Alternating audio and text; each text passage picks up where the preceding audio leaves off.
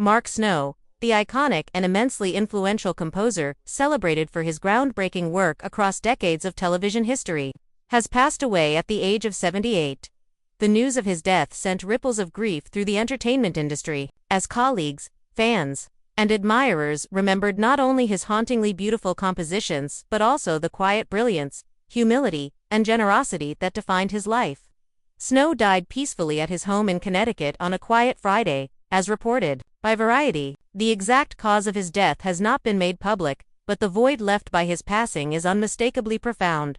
Born as Martin Falterman in Brooklyn, New York in 1946, the man the world would come to know as Mark Snow exhibited a profound connection to music from an early age. Raised in a household that valued artistic expression, Snow found himself captivated by melody, harmony, and rhythm in ways that far exceeded the ordinary curiosities of a young boy. He had a gift, one that would only become more apparent with time.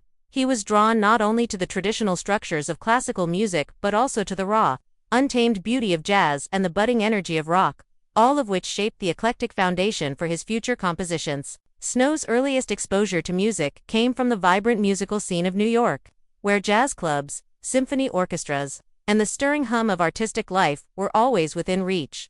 Recognizing his talent and supporting his creative interests, Snow's parents encouraged him to pursue a formal education in music. He would later attend New York City's High School of Music and Art, a prestigious institution known for nurturing creative minds. This school, a precursor to what is now known as Fiorello H. LaGuardia High School of Music and Art and Performing Arts, served as the perfect training ground for his budding abilities.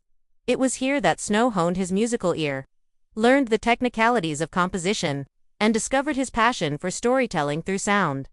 From there, Snow went on to attend the Juilliard School, one of the most renowned institutions for performing arts in the world. At Juilliard, Snow not only refined his skills under the tutelage of esteemed instructors but also formed lifelong friendships, including with the legendary late composer Michael Kamen, who would go on to score such films as Die Hard and Robin Hood, Prince of Thieves, became Snow's roommate, confidant, and collaborator. The two young men, filled with passion and vision, explored the musical landscape together, often experimenting with unconventional styles and pushing the boundaries of what composition could be. Their time together included playing in rock bands, an experience that helped Snow blend classical structure with contemporary forms, a trait that would later define his innovative approach to scoring television.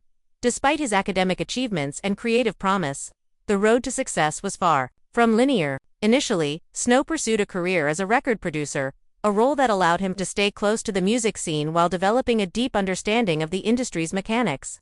However, the artistic limitations of the commercial music world soon became apparent. Wanting more creative control and longing to explore the intersection of sound and visual storytelling, Snow relocated to Los Angeles, where he began composing for television. This transition marked a turning point in his career and personal identity. To avoid any legal issues with a former employer, he adopted the pseudonym Mark Snow, a name that would soon become synonymous with evocative, emotionally rich television music.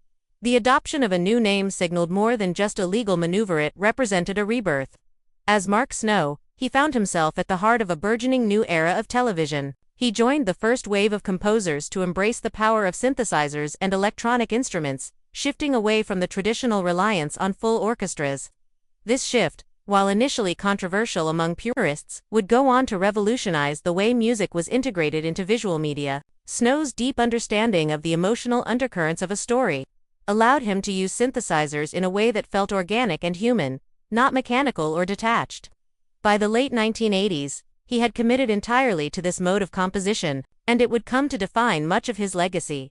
One of Snow's early breaks came with television shows such as Starsky and Hutch, Heart to Heart, and T.J. Hooker. These programs may not have been critically groundbreaking, but they were cultural mainstays beloved by millions and carried along in no small part by Snow's ability to imbue even formulaic plots with emotional resonance. His music made you care about the characters. It built suspense, it deepened romantic subplots, and it gave gravity to dramatic turns. In a medium where sound is often underappreciated, Snow's work stood out. But it was his work on The X-Files that catapulted him into pop culture. Immortality, created by Chris Carter and starring David Duchovny and Gillian Anderson, The series centered on two FBI agents investigating paranormal and unexplained phenomena. The show was unlike anything on television at the time.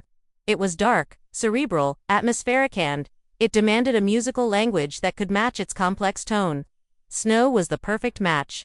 The theme he composed for The X-Files became one of the most iconic pieces of television music ever written. Simple yet haunting, minimalist yet unforgettable. The theme tapped into something primal. It made your skin crawl. It made your imagination race. And remarkably, it was entirely electronic, composed using the very synthesizers that Snow had embraced while others scoffed. Originally created for the show's pilot episode, the track was later remixed and released as a single in 1996.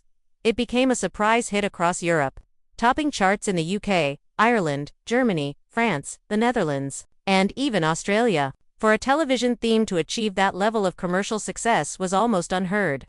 In a 1997 interview with Playback for the American Society of Composers, Authors and Publishers ASCAP, Snow reflected on the unlikely popularity of the theme. "Nothing really big happens in the song," he said with a laugh. "It stays in diminutor.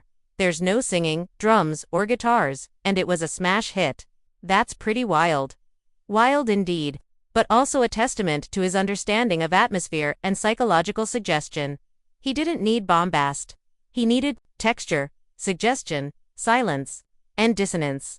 Scoring The X-Files was no easy feat.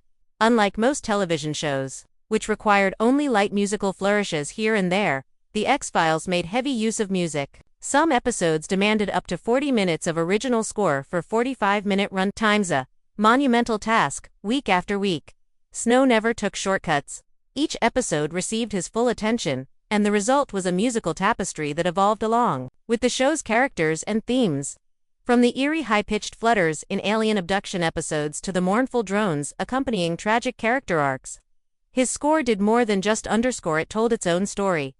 Outside of the X-Files, Snow's brilliance extended to numerous other projects. He composed music for Millennium, another series by Chris Carter, and took on the challenges of writing music for shows as diverse as Smallville, Blue Bloods, and The Ghost Whisperer.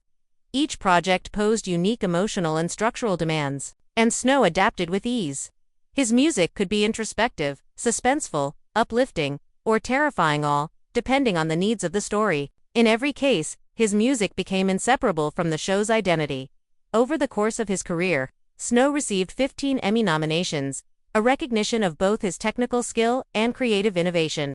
Though he never sought the spotlight, his peers and protégés deeply respected him. One such admirer, Sean Callery, the composer behind 24 and Homeland, spoke eloquently about Snow's mentorship and legacy. In an interview with Variety, Callery said, "Mark's limitless talent and boundless creativity were matched only by the generosity he bestowed upon other composers who sought his guidance.